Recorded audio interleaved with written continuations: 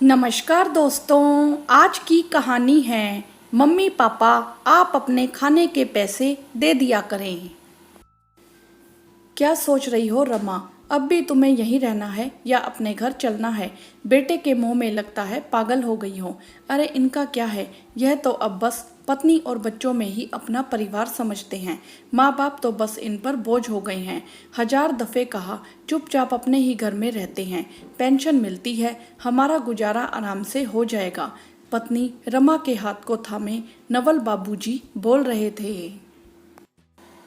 ऐसे कैसे इन्हें इस हाल में छोड़कर जा सकते हैं? जी थोड़ा तो सोचकर बोलिए। जाने दीजिए ना, बहू की बात का क्या बुरा मानना, जब बेटा ही ना समझे। पर हम तो माँ बाप है ना।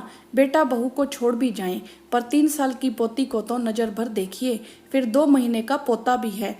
अरे बेटा बहू ना समझ है, पर हम तो समझते हैं ना। अपनी पोती को गोद में बिठाकर खिलाती हुई रमा जी बोली। कह रहा हूँ रमा, देखना जिस दिन ये दोनों अब हमें कुछ बोले, उस दिन तुम अपना सामान बांधकर मेरे साथ पटना चल चलोगी। एक तो हैदराबाद में कोई पहचान का है नहीं, बस घर में पड़े रहो। नवल बाबू सख्त लहजे में बोले। अच्छा बाबा धीरे बोलिए ना, बहू सुन लेगी, फिर नमक मिर्च लगाकर कार्तिक से कहेगी और फिर वह हमें ही जिम्मेदार मानेगा। रमा पति को चुप रहने की मिन्नतें करती हुई बोली। पता नहीं ये औरतें औलादों के पीछे इतनी पागल क्यों रहती हैं। भुनभुनाते हुए नवल बाबूजी कमरे से निकल गए।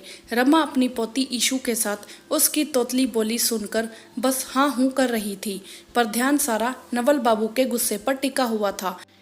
कितने जतन से बेटे को पढ़ाया लिखाया, सरकारी अच्छी नौकरी पर लग गया। सोच रही थी बहू अच्छी सी लेकर आऊंगी, पर बेटे ने कोई मौका ही नहीं दिया। अपनी पसंद की लड़की अवंतिका से ब्याह की रट लगाए बैठा रहा। अवंतिका देखने में हूर की परी तो नहीं थी, पर एक नज़र में किसी को अच्छी लग सकती थी। नवल बाबू इस शादी के खिलाफ थे, पर रमा के बहुत कहने पर उन्होंने रजामंदी दे दी। बहू को स्वीकार करने में उन्हें साल भर लग गया, वह भी बस इसीलिए कि रमा अपने बेटे की पसंद का ही करती आई थी, तो शादी का फैसला कैसे ना मानती। बेटा हैदराबाद में नौकरी करता था, शादी के बाद अवंतिका के साथ वहीं चला गया। बेटा बहू कभी कभी आते, कुछ दिन रहते चले जाते। अवंतिका जब भी आती, घर में कितने किराएदार हैं, कितने पैसे आते हैं, सब कुछ जानकारी लेती रहती। वक्त गुजरता गया और एक बेटी भी आ गई। कार्तिक पूरी तरह अवंतिका के रंग में रंगने लगा। वह जो भी बोलती वैसा ही कहता और करता। अभी 2 महीने पहले ही दूसरे बेटे के जन्म से पहले रमा और नवल बाबू को कार्तिक ने आने के लिए कहा था। यूं तो अवंतिका के माता पिता भी अक्सर बेटी के घर आकर रहा करते थे।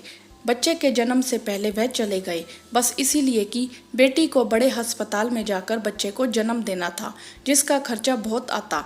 कार्तिक खर्च तो कर सकता था, पर अवंतिका ने कहा अपने मम्मी पापा को यहाँ बुला लो, हमारे खर्चे में हम उनसे पैसे मांग सकते हैं। बस पत्नी की बात में आकर कार्तिक ने रमा और नवल बाबू को बुला लिया। रमा अपनी पोती के साथ अवंतिका का भी पूरा ध्यान रख रही थी। बच्चा होने के बाद यह चाहिए वह चाहिए कहकर रमा और नवल बाबू से बहुत पैसे ले चुके थे। एक दिन तो हद ही कर दी अवंतिका ने। रमा रसोई में काम कर रही थी, उसे कार्तिक और अवंतिका की आवाज़ सुनाई दी। उस वक्त नवल बाबू बाहर पोती को लेकर टहलने गए हुए थे। कार्तिक, हमारे खर्चे बहुत बढ़ गए हैं, तुम ऐसा करो मम्मी पापा से बोलो जो पटना वाले फ्लैट का किराया आता है वह हमें दे दिया करें, और पेंशन के पैसे भी। हमारे पास रह रहे हैं तो उनके खाने पीने और पापा जी की दवाओं के पैसे कितने लगते हैं वह हमें दे दिया करें। रमा के हाथ यह सुनते ही काम करते करते कांपने लगे और पैर लड़खड़ाने लगे थे।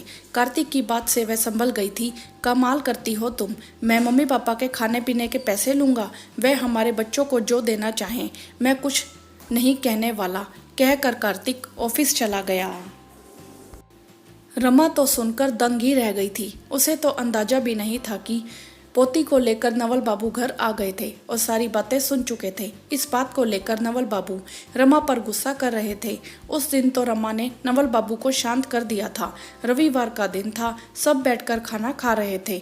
अवंतिका ने कहा, मम्मी पापा जी, आप लोग बहुत वक्त से यहाँ पर हैं, जानते ही हैं हमारे 2 बच्चे हो गए हैं, अब हमारे खर्चे भी बढ़ गए हैं, आप लोगों का खर्चा भी होता है, आप हमें अपने खाने के पैसे दे दिया करें तो हमें सहूलियत होगी।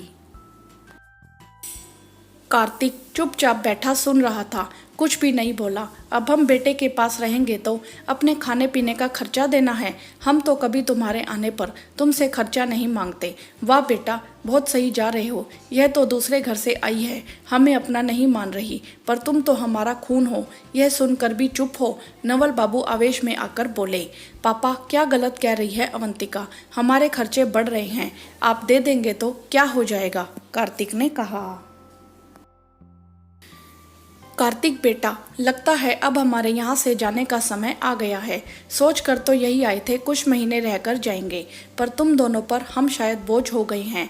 रही पैसे देने की बात, तू वैसे ही मांग लेता तो हम दे देते, पर हमारे खाने पीने के पैसे मांग कर तूने मेरी ममता को भी छलनी कर दिया।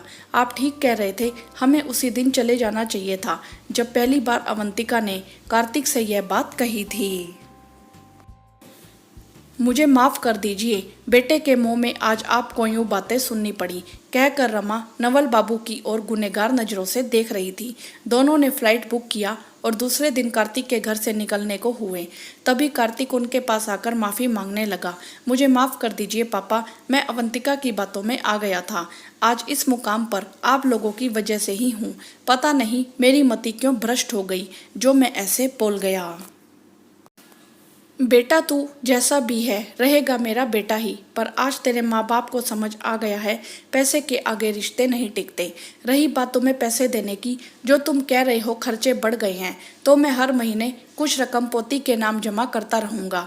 अब जब तुम हमारे घर आओगे, अपना और अपनी पत्नी के खाने के पैसे देना। जो तमाचा तुमने हम दोनों के मुंह पर मारा है, यह तमाचा किसी और को ना मिले। कहकर नवल बाबू रमा का हाथ पकड़े और कैब में बैठ गए। एयरपोर्ट की ओर चल दिए। कार्तिक गुस्से में अवंतिका को देख रहा था। अपने माता पिता का यह अपमान उसे अंदर ही अंदर झकझोर रहा था। उसने अवंतिका को गुस्से में कहा, अब तुम्हारे घर से जो भी आएगा उनसे लेना खाने का पैसा, तब समझूंगा बहुत सोचती हो। अवंतिका अब मन ही मन अफसोस कर रही थी। पहले पति नाराज हो गया, दूसरा अब काम की दोहरी जिम्मेदारी अब से अकेले ही उठानी पड़ेगी।